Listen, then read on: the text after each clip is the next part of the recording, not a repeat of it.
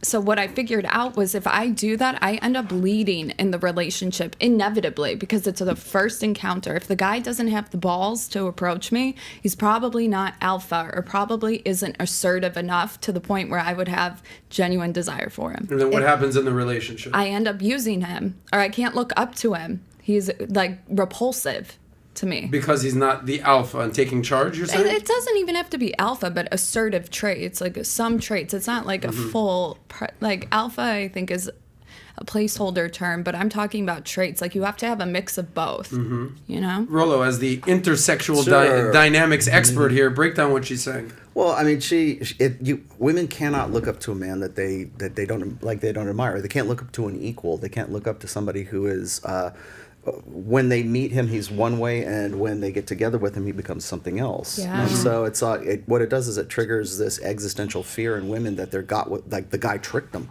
You came off as looking like Justin Waller, and you're very high value and very alpha and everything. And then once you get into that relationship, then the guy turns very passive. Oh, I'm vulnerable and I'm emotional. Goes really emotional, and it's like it's really a form of buyer's remorse almost. It's like buyer's regret at that point, and it's triggering to women because that remorse is attached to their reproductive, solving the reproductive problem. So if she gets into a relationship with a guy who sells himself as being like sort of an alpha male guy, and then later on becomes beta, then it's like, oh my God, I got tricked, and I might actually have this guy's babies. How am I going to get out of this?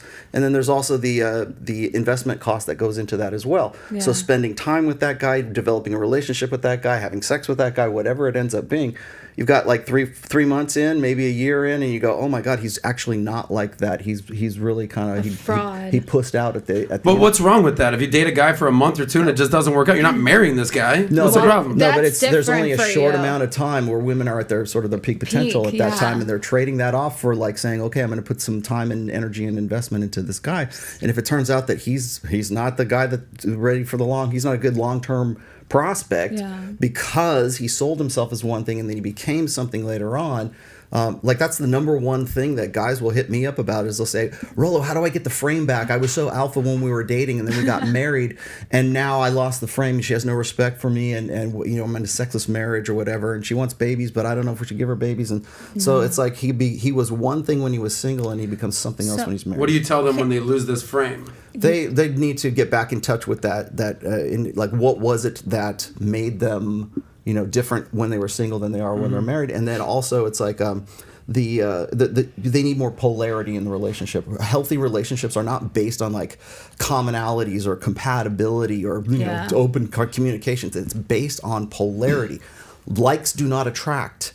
Opposites attract. Even in the most egalitarian countries, they end up falling into gender roles. Like they choose to do that, the women and the men. So that's in the most egalitarian. What is that? Scandinavian countries? Yeah. What are the most? Okay. Yeah, George Patience talked about that. And what happens in these countries? Like in the countries where women and men are the most equal you can be, women end up falling into like the nurturing role inevitably, and men go into like a more masculine Isn't role. that just like the reversion to the mean? You just go into your natural habitats? It makes us natural sexual dimorphism. Yeah, it's like the more egalitarian a country is, the more that you will be, the differences are exacerbated between So where's the America sexes. in that?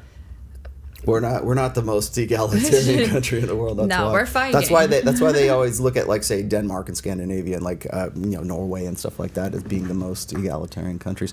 And so that what that is meant. The reason why they go there is because the gender parity, like you've heard of equality of opportunity. Both men and women can be anything they want to in those countries, and women tend to default to what we would consider more conventionally feminine jobs and roles and that kind of stuff. But what's wrong with that? Nothing. There's nothing at all. but It's it just shows you that even when you make things equal, even if you make things equal, women will still. There it is right there. You're saying if you can try all you freaking want to make us exactly the same and exactly equal, but no. It doesn't work that way. It is equality of outcome, right? We try to make that's the. You want to know the difference between those countries and this? Yeah, go ahead. We concentrate on equality of outcome rather than equality of opportunity here.